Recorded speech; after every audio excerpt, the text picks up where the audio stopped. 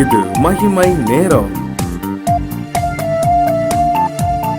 மகிமை டிவி நேயர்களுக்கு மீண்டும் என் அன்பு கலந்த வாழ்த்துதலை தெரிவித்துக் கொள்கிறேன். கடந்த நாட்களாக கானானியர், ஏவியர், ஏத்தியரை பற்றிலாம் நாம் பார்த்தோம். இன்றைக்கு நாம் தியானிக்க எடுத்துக்கொண்டவர்கள் பெருசியர். பெருசியர் என்ற வார்த்தைக்கு என்ன அர்த்தம் அப்படின்னு பார்த்தோன்னா, சட்ட திட்டத்திற்கு உட்படாதவர்கள், மனம் போல வாழ்கிறவர்கள், ஒழுக்கம் இல்லாதவர்கள். இவங்களுடைய மெயின் கேரக்டர் என்ன அப்படின்னா, சட்ட திட்டத்திற்கு இவங்க என்னைக்குமே என்ன செய்ய மாட்டாங்க, உட்பட்டே இருக்க மாட்டாங்க, அது கீழ்ப்படிய மாட்டாங்க, அதன்படி நடக்க மாட்டாங்க. இப்போ ஒரு ரோட் ரூல்ஸை ஃபாலோ பண்ணி போனால் தான் ஆக்சிடென்ட்ஸை நம்ம என்ன செய்ய முடியும், தவிர்க்க முடியும். அப்போது அந்த இப்படி தான் போகணும், இப்படி போகக்கூடாது அப்படின்னு சொல்லி நம்ம மீறி போகும்போது அதில் என்ன செய்கிறோம் அப்படின்னா, விபத்தை சந்திக்க நேரிடுகிறது.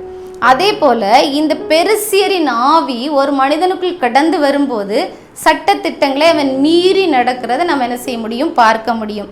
இப்படி மீறி நடக்கிறவங்க எப்படிப்பட்டவங்கன்னு பார்த்தீங்கன்னா, நீதிமொழிகள் 25 அதிகாரம் 28 வசனத்தில் பாருங்க, தன் ஆவியை அடக்காத மனுஷன் மதில் இடிந்த பாழான பட்டணம் போல் இருக்கிறான். இப்போ தன்னுடைய ஆவியை அடக்காத மனுஷன் மதில் இடிந்த பட்டணம் போல் என்ன செய்கிறான்னு இருக்கிறான். அதுக்கு எந்த பாதுகாப்பும் கிடையாது. யார் எப்பவும் அதற்கு எந்த சேதத்தை என்ன செய்யலாம், விளைவிக்கலாம். எந்த விதமான படைகளும் அவங்கள என்ன செய்யலாம், அவங்கள தாக்கி அவங்கள ஜெயம் கொள்ளலாம் அப்படிங்கிறது அதனுடைய அர்த்தம். அப்போது இந்த பெருசியரின் ஆவி, அப்போ உங்கள் பிள்ளைங்க நீங்கள் சொல்கிற ஒரு திட்டத்தை அவங்க கீழ்ப்படியில, அல்ல அரசாங்க திட்டத்திற்கு அவங்க கீழ்ப்படியில, சபையில் வகுத்து வைத்திருக்க சட்டத்திட்டங்களுக்கு அவங்க கீழ்ப்படியில அப்படின்னா, அவங்களுக்குள்ள என்ன ஒரு அதிகாரத்தின் ஆவி இருக்குது அப்படின்னா, அந்த பெருசியரின் ஆவி அவங்கள என்ன செய்கிறது, அலக்கழிக்கிறது. அப்போ நம்ம அதை கடிந்து ஜபிக்கும் போது அந்த குணாதிசயத்தின் ஆவி அவங்கள விட்டு என்ன செய்யும், கடந்து போகும். நம்முடைய தேவனை பார்த்தீங்கன்னா, அவர் எப்பொழுதும் ஒழுங்கும் கிரமமாக தான் எல்லாவற்றையும் அவர் என்ன செய்கிறாரு. இப்போ பார்த்தீங்கன்னா, மோசையின் காலத்தில் இஸ்ரவேல் மக்களை நடத்தி வரும்போது 10 கட்டளைகளை கொடுக்குறார். அப்போ அவங்க என்ன செய்கிறாங்க, அந்த நியாய பிரமாணத்துக்கு உட்பட்டு ஒழுங்கான வாழ்க்கைக்குள்ள தான் அவங்கள கொண்டு வழி நடத்துகிறார். அப்போ நம்முடைய தேவன் ரொம்ப ஒழுக்கத்தை விரும்புகிறவர், சட்டத்திட்டங்களை ரொம்ப நேசிக்கிறவர், அதன்படி தம்முடைய பிள்ளைகள் நடக்க வேண்டும் என்று விரும்புகிறவர். அதனால் அவர் பார்த்தீங்கன்னா, அந்த ஆதி காலத்திலேருந்தே அவங்களுக்கு ஒரு ஒழுக்கமான ஒரு காரியத்தை என்ன செஞ்சுருப்பார், கட்டளையிட்டு கொடுத்துருப்பார். பகலின் குளிர்ச்சியான வேளையில் ஒரு டைம் வருவார். எல்லா நேரமும் இஷ்டப்பட்ட நேரத்துலலாம் அவர் வரமாட்டார். பகலின் குளிர்ச்சியான வேளையில் அவர் வருவார். அதுக்கு ஒரு டைம் வச்சுருந்தார். அவங்கக்கிட்ட ஆதாம் ஏவாளோட ஒரு பேசினார், அவங்களோட உறவாடினார், அவர் கடந்து சென்றார். அப்போது மனுஷனுக்கு எந்த டைமுமே கிடையாது. தேவன் வருவார் இந்த டைமில் தெரிஞ்சும் அவன் என்ன செய்கிறான் அப்படின்னா, தேவன் விலைக்கு வைத்திருந்த கனியை பறித்து புசித்து என்ன செய்கிறான், அவன் என்ன செய்கிறான், பாவத்தில் விழுந்து விடுறான். அப்போது நாம் என்ன செய்கிறோம், அந்த நேரத்தில்னா பெருசியரின் ஆவி, ஒரு சட்டம் இப்படி இருக்குது, நீ அதை சாகிற நாளில் நினைச்ச சாப்பிட்றனால சாகவே சாவாயின்னு கொடுத்துருந்தாலும் அந்த சட்டத்தை மீற வைத்த அந்த பெருசியரின் ஆவி அவங்களுக்குள்ள என்ன செய்து கடந்து வந்ததுனால அவங்க என்ன செய்தாங்க, நியாயப்பிரமாணங்களை, விதிகளை, சட்டத்திட்டங்களை மீறி நடந்து பாவத்துக்குள்ளாக போனாங்க. ரெண்டாவது பார்த்தீங்கன்னா, ஆசரிப்பு கூடாரத்தை செய்ய சொல்கிறாரு தேவன். அது செய்ய மட்டும் சும்மா நீ செய்ய அப்படின்னு சொல்லலை, அதுக்குடைய நீளம், அகலம், உயரம் எல்லாவற்றையும் ஒழுங்குமுறைகளையும் அவருக்கு என்ன செய்கிறாரு, கற்றுக் கொடுக்குறாரு. அது மட்டும் இல்லை, அபிஷேக தைலம் எதற்கு வேண்டும், ஏன் எங்கே இருக்கணும், அதை எங்கே எடுத்துக்கொள்ள வேண்டும் அப்படின்னு சொல்லி அதையும் அவங்களுக்கு கற்றுக் கொடுக்குறார். அப்போது இது இப்படி தான் இருக்கணும், எத்தனை ஆலயம் இருந்தாலும் அந்த ஆலயத்தில் இப்படி தான் ஆராதனை இருக்கணும், இப்படி தான் ஒழுங்குகள் இருக்கணும், இப்படி தான் ஒரு வீடு இருக்கணும், வீட்டில் கணவன் இப்படி இருக்கணும், மனைவி இப்படி இருக்கணும், பிள்ளைங்க இப்படி இருக்கணும், பிள்ளைகளுடைய மனதில் மதியினை ஒட்டி இருக்கும். அப்போ தண்டனின் பிறம்பை கொடுத்து அதை நீக்க வேண்டும், அது பெற்றோருடைய கடமை. ஆனாலும் பிள்ளைங்க அவங்க என்ன செய்யக்கூடாது, ரொம்ப சோர்ந்து போகத்தக்கதாக அவங்கள என்ன செய்யக்கூடாது, அடிக்கடி ஏசி திட்டியும் என்ன செய்யக்கூடாது, அவங்கள நினைச்சக்கூடாது, மனமடி வாய்க்கிறக்கூடாது. அப்படியும் தேவன் என்ன செய்கிறாரு, கட்டளைகளை வகுத்து கொடுத்துருக்கு. அப்போ தேவனுடைய வசனத்தை நம்ம கை கொண்டு அதன்படி நம்ம நடக்கும் போது இந்த விதமான பெருசியரின் ஆவி நம்மை விட்டு என்ன செய்யும், அகன்று போய்விடும். அடுத்தது அது மட்டும் இல்லை பாருங்க, சாலமோனுக்கு ஆலயம் கட்ட சொல்றாரு. அந்த வாய்ப்பை அவனுக்கு கொடுக்குறாரு. அப்படி கொடுக்கும்போது அவர் சிலர் பாருங்க, இப்படி இருக்கணும், இது இப்படி இருக்கணும் அப்படின்னு சொல்லி அப்படியே நிறைய காரியங்களை சாலமோனுக்கு அவனுக்கு ஞானத்தை கொடுக்குறார். அந்த ஆசாரி வேலைகளை செய்கிறவங்க, அந்த ஆல்ட்ரு வேலைகளை செய்கிற எல்லாருக்கும் அவர் என்ன செய்தாருன்னா விசேஷித்த ஞானத்தை கொடுத்து அவங்கள என்ன செய்கிறாரு, வழி நடத்துகிறார். அது மட்டும் இல்லை, வனாந்திரத்தில் பாருங்கள், அவர் அப்படியே உட்காந்து போதகம் பண்ணிகிட்டே இருக்கிறாரு. அவங்க பசியாக இருக்கிறாங்கன்னு அவர் அறிந்து கொண்டார். கொஞ்சம் மெயினும் என்ன செய்கிறது அப்பும் இருக்குது. அப்போ அவர் எடுத்து ஆசீர்வதிக்கிறாரு. அது அப்படியே ஆசீர்வாதத்தை எடுக்க வந்துட்டே இருக்குது. மீதியானதும் எடுக்கிறாங்க. ஆனால் சும்மா எல்லாரும் வாங்க எடுத்துகிட்டு போங்க அப்படின்னு கிடையாது. அப்போது அந்த அற்புதம் அவர் செய்ய போகிறாருன்னு அவருக்கு முதல்ல தெரியும். 50 பேராக உட்கார வைக்க சொல்கிறார். அப்போ அதுலேயும் ஒரு ஒழுக்கத்தை அவர் என்ன செய்கிறாரு, கடைபிடிக்கிறார். அப்போ அங்கே எந்த சண்டையும் இல்லை, மக்களுக்குள்ள ஒரு தள்ளுமுள் இல்லை, எந்த விதமான சேதங்கள், உயிர் சேதங்கள் எல்லாம் அடி காயங்கள் எதுவும் இல்லாமல் நீட்டாக அவர் கைட் பண்ணுறார். அப்போது இதை தான் நம்மக்கிட்டே எதிர்பார்க்குறார். எந்த ஒரு காரியமானாலும் நீனும் அதை பிளான் பண்ணி, தேவனோடு இருந்து பிளான் பண்ணி இந்த காரியத்தை ஒழுங்கும் கிரமமாக செய்.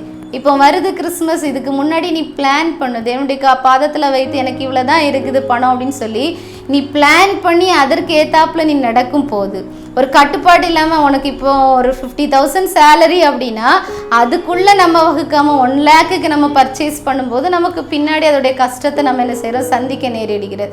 நம்ம உட்காந்து முதலே பிளான் பண்ணி இவ்வளோ தான் கிட்ஸுக்குள்ளே ட்ரெஸ் இவ்வளோ இடத்துக்குள்ள எடுக்கணும், பெரியவங்களுக்கு இவ்வளோ எடுக்கணும், ஏழைகளுக்கு இவ்வளோ கொடுக்கணும், நமக்கு இவ்வளோ எடுக்கணும், வீட்டுக்குள்ளே திங்ஸுக்கு பர்ச்சேசிங், அந்த மந்த் எண்டு வரைக்கும் நம்ம ஒரு பிளான் பண்ணி அதைப்படி நம்ம ஆர்டர்லியாக வச்சுருந்தா மீதத்தை நம்ம என்ன செய்ய முடியும், அதிலேருந்து எடுத்துக்கொள்ள முடியும். எல்லாருக்கும் நம்ம செய்யவும் முடியும். உதவி செய்யணும்னு நினைக்கிறவங்களுக்கு கூட நம்மளால் உதவி செய்ய முடியும். அப்போ எல்லாவற்றையும் ஒழுங்கும் கிரமமாக செய்யாமல் ஏனமோ எடுத்தோமோ போனோமோ எல்லாத்தையும் செய்தோம் அப்படின்னு சொல்லி அங்கே போய் நின்று கடையில் போய் நின்று பட்ஜெட் போட்டோம் அப்படின்னா நம்மளால் என்ன செய்ய முடியாது, அதிலேருந்து வெளிவர முடியாது. இந்த பெருசேரி நாவி இருக்கிறனால தான் நமக்குள்ள அந்த ஒழுங்கும் கிரமமும் இல்லாமல் போய்விடும். அந்த ஒழுங்கு, அந்த சட்டத்திட்டங்கள் நமக்குன்னு ஒன்று இருக்குது, இதன்படி தான் நடக்கணும். பெற்றோர் சொல்லியிருப்பாங்க, உன் கையில் இருக்குது, அதில் என்ன செய், சேவிங்ஸுன்னு கொஞ்சம் எடுத்து வச்சுட்டு மீதத்தை செலவு பண்ணுன்னு சொல்லி தந்திருப்பாங்க. அதெல்லாம் விட்டுட்டு நம்ம இஷ்டத்திற்கு நம்ம செலவழிக்கும் போது அதனுடைய காலகட்டத்தில் நம்ம என்ன செய்ய முடியும், அந்த தீமையான காரியங்களை அனுபவிக்க முடியும். அது மட்டும் இல்லை பாருங்க, நீதிமொழிகள் 4ஆம் அதிகாரம் 11-12 வசனத்தில் பாருங்க, ஞான மார்க்கத்தை நான் உனக்கு போதித்தேன், செவ்வையான பாதைகளிலே உன்னை நடத்தினேன், நீ அவைகளில் நடக்கும் போது உன் நடைகளுக்கு இடுக்கண் உண்டாவதில்லை, நீ அவைகளில் ஓடினாலும் இடரமாட்டாய். ஞான மார்க்கத்தை நான் உனக்கு போதிப்பேன், செவ்வையான பாதைகளிலே உன்னை நடத்தினேன் அப்படின்னு சொல்லி இந்த ஞான மார்க்க ஞானத்தையும் அவர் செவ்வையான பாதையில் நடக்கும்போது நமக்கு என்ன வருவதில்லையா, நம்முடைய நடைகளுக்கு இடுக்கண் உண்டாவதில்லை, நம்ம அவைகளில் ஓடினால் நம்ம என்ன செய்ய மாட்டோம், இடர மாட்டோம். தேவனை ஞானத்தை தாருங்க, என் குடும்பத்தை நடத்த ஞானத்தை தாருங்க, இந்த காரியத்தில் நான் இருக்கிறேன், என்னுடைய தொழிலை செய்வதற்கு ஞானத்தை தாங்க, என்னுடைய வேலையில் இந்த காரியத்தில் எனக்கு நீர் ஞானத்தை தாருங்க அப்படின்னு சொல்லி அவருடைய ஞானத்தை நாம் ஏற்றுக்கொள்ளும் போது அவருடைய செவ்வையான பாதை நமக்கு வகுத்து வைத்திருக்கிறார். அதன்படி நம்ம நடக்கும்போது நம்ம இடரல் அடைய மாட்டோம். நமக்கு என்னமே இடுக்கணும் நமக்கு என்ன செய்வதில்லை, உண்டாவதில்லை. நீங்கள் சந்தோஷமாக இருப்பீங்க. அப்போ இதன்படி நம்ம வேதத்தில் கொடுக்கப்பட்ட ஒவ்வொரு காரியங்களையும் நம்ம ஃபாலோ பண்ணோம். ரெண்டாவது பார்த்தீங்கன்னா, இயேசு கிறிஸ்து இந்த உலகத்தில் மனிதனாக வந்திருக்கும் போது தேவாலயத்துக்கு போகிறாரு. தேவாலயத்தில் புறா விற்கிறவர்களையும் கொள்ளுகிறவர்களையும் பார்க்குறாரு. என்ன பார்க்குறாரு அப்படின்னா, அங்கே ஒழுங்கு இல்லை. அவர் கோபம் வருது, உடனே அதை அடித்து துரத்தி, இது என்னது, என்னுடைய ஜெப வீடு என்று அழைக்கப்படக்கூடிய இடத்துல கள்ளர் குகையாக மாற்றினீர்களே என்று கோபப்பட்டு எல்லாத்தையும் அப்புறப்படுத்துறாரு. அதில் ஒரு டிசிப்ளின் என்ன செய்கிறாரு, கொண்டு வர்றார். அப்போது இன்றைக்கு அநேகர் நம்ம என்ன செய்கிறோம் அப்படின்னா, அந்த கட்டுப்பாட்டுக்கு நமக்கு விருப்பமே இல்லாமல் இருக்கிறோம். அந்த கட்டுப்பாடு யாராச்சும் ஒரு அட்வைஸ் கொடுத்துட்டாங்க, இது இப்போ ஆர்டர்லியாக தான் செய்யணும் அப்படின்னு சொல்லிட்டா அதை விட்டு நம்ம வழி விலகி போகிறோம். அப்போ நம்ம என்ன செய்யணும், தேவன் நமக்கு கொடுத்துருக்கிற சட்டத்திட்டங்களை நாம் மதித்து நம்ம நடக்கணும். அப்படின்னா நம்ம அந்த பெருசியரின் ஆவி நமக்குள்ளே வராதபடி நம்ம என்ன செய்யணும், அதை விட்டு விலகி இந்த காலகட்டங்களில் நம் தேவனுக்கு நம்ம அர்ப்பணிக்கும் போது தேவன் பெரிய காரியத்தை நமக்கு செய்வார். ஒரு நிமிடம் கண்களை மூடி ஜெபிப்போமா? அன்புள்ள தகப்பனே, இந்த அருமையான வேலைக்காக உம்மை நன்றியோடு உம்மை துதிக்கிறோம், உம்மை சோஸ்திரிக்கிறோம். இந்த நாளிலும் தகப்பனே, பெருசியரின் ஆவி எங்கள் பிள்ளைகளை ஆண்டு கொள்ளாதபடி என் தேவன் நீர் எங்கள் பிள்ளைகளை நீர் வழிநடத்தும்படிக்காக ஜெபிக்கிறேன். நீர் எவ்வளவாக ஒழுங்கும் கிரமமாக நீர் இருந்து சகல காரியத்தையும் எங்களுக்கு கற்றுத்தந்தீரோ அதன்படி நாங்கள் நடந்து வாழ்க்கையில் வெற்றியும் சமாதானத்தையும் எங்கள் வாழ்க்கையில் இடறுதலை உண்டாக்காதபடி தேவன் தகப்பனே அப்பா நாங்கள் செவ்வியான வழியில் நடக்கத்தக்கதாக உம்முடைய ஞானத்தை நீர் எங்களுக்கு தரும்படிக்காக ஜெபிக்கிறோம். இது அப்படியே செய்கிறீர், நமக்கு சோஸ்திரம். எல்லா துதி கன மகிமை மக்கை செலுத்துகிறோம். மீட்பர் இயேசு கிறிஸ்து மூலம் ஜெபிக்கிறோம் எங்கள் ஜீவன நல்ல பிதாவே, ஆமேன்.